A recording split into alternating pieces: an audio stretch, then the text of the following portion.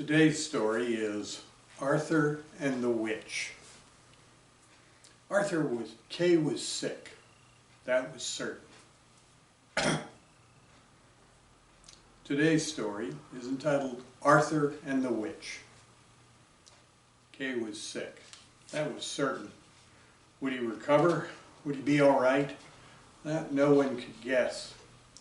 People came and went, doctors among them, but all their efforts seemed of little help. Arthur slipped into Kay's room to see for himself. The curtains around the bed were pulled back. Kay lay fitful on damp covers. His hair was matted with sweat. His toneless mutterings were punctuated by quick twitches of his head. He was asleep, but he was also in the grip of a deadly fever. Fearfully, Arthur moved closer. He was afraid of fevers. Fevers killed, but he needed to see Kay for himself. His eyes filled with tears at the sight of the gaunt pallor of Kay's face. In a panic, Arthur dashed from the room.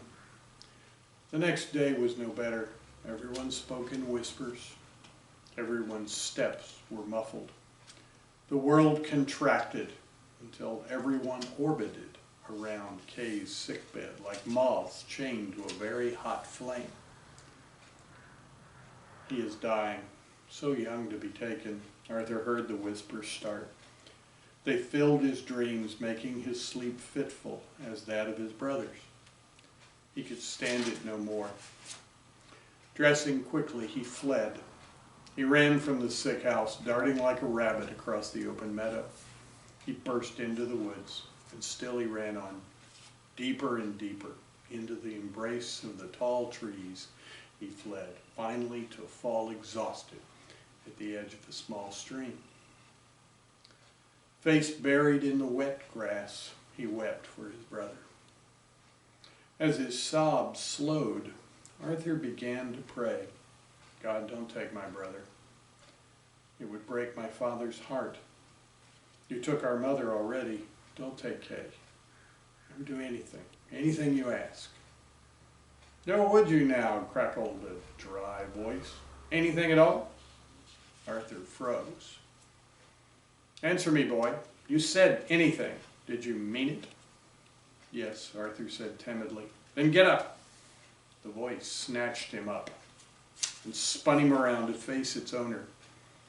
If a dry patch of cracked mud suddenly rose up and wrapped itself in dead leaves and moss, it might have looked like the creature, Arthur thought. He was pretty sure it was a woman, and she was definitely old. Her long, bony flesh was wrapped in coarse woolen rags, matted with twigs and other forest debris.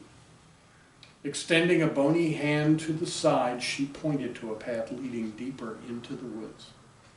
Trembling, Arthur turned and headed down it with the old woman following behind.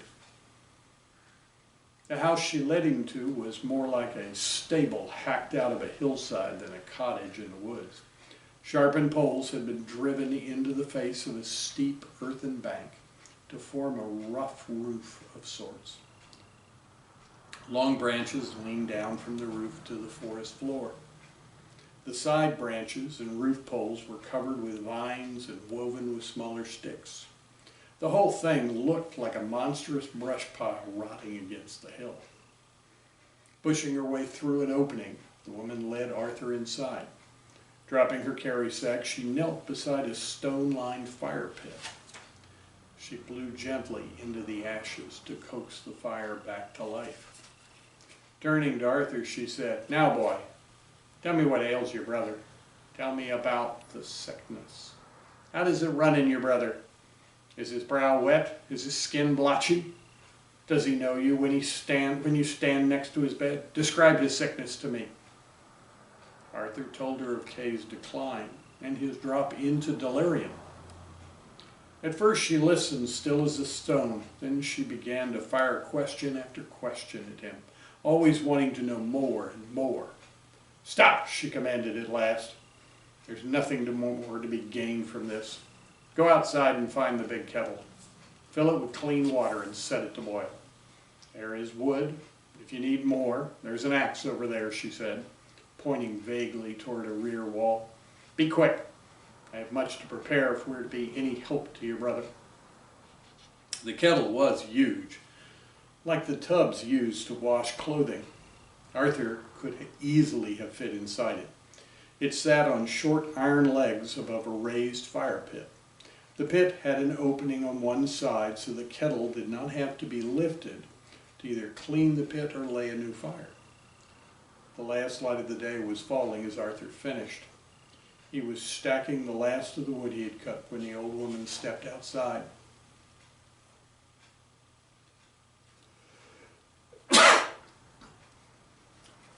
There is food inside. Eat, then sleep. I will need your strength tomorrow. Leaving the woman beside the kettle, he did as he was told. He was roughly awakened at, "Come," the harsh voice demanded. The old woman stood in the doorway wrapped in a dark shawl. A loaded wicker pack frame leaned beside her. Pointing to the load, she snapped, "Put it on and be quick." Then she headed off into the woods. By mid-morning, the pair reached Arthur's home. The house was quiet. They moved unnoticed across the yard and into the house. She didn't ask the way to Kay's room. She headed instead toward the main hall. She seemed to know the house. His father was sitting alone in the hall. His red eyes popped up sharply as the two stepped into the room. The old woman continued into the room, stopping just short of Hector's table. His father's normally robust face was gaunt, hair matted and greasy. His weariness was a palatable thing. It lay draped across his shoulders like a cloak. Hector and the woman continued to stare at one another, locked in some silent duel. At last, Hector's head fell. "Do what you will," he mumbled. "Save my son, and I will pay your price." It came out as a sob, a whimper of defiance and resignation. "No need to trouble yourself, Hector," she spat at him. "The price has already been met." Spinning on her heel, she marched Arthur from the room. The witch spent the rest of the day in the sick room. She quickly barred all from the room. Arthur she stationed just outside the door, calling her orders to him through the door. Toward evening she emerged and sent Arthur to fetch his father. "Hector, you're a fool," she snapped. "Another day and that child would have died. He's not completely out of danger, but the fever is broken. Here are instructions for his care. See that they're followed." Dismissing him with a wave, she turned to Arthur. "Boy, I have a claim on you. By the stream you promised me any day. Someday I may collect that debt. See that you remember it. For now, I place care of your brother in your hands. See my instructions are followed by all, including your father." And with that, she strode quickly from the hall. Later, Hector came to see him. "Arthur, I'm very proud of you," he said. "Not many, not even I, it would seem, would willingly fetch that witch." "Why not?" Arthur asked, genuinely puzzled. "For payment she demands, she may make one request, and that request may not be denied," Hector said. "No matter what she asks, the bearer of the debt must fulfill that request, no matter the risk, no matter the cost.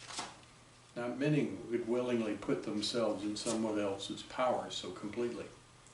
They'd be too afraid of what the cost might be." Arthur shrugged. He didn't really understand what he'd done. It was so special. He just knew his father was pleased with him, and Kay was getting stronger. And that was enough for him. The end.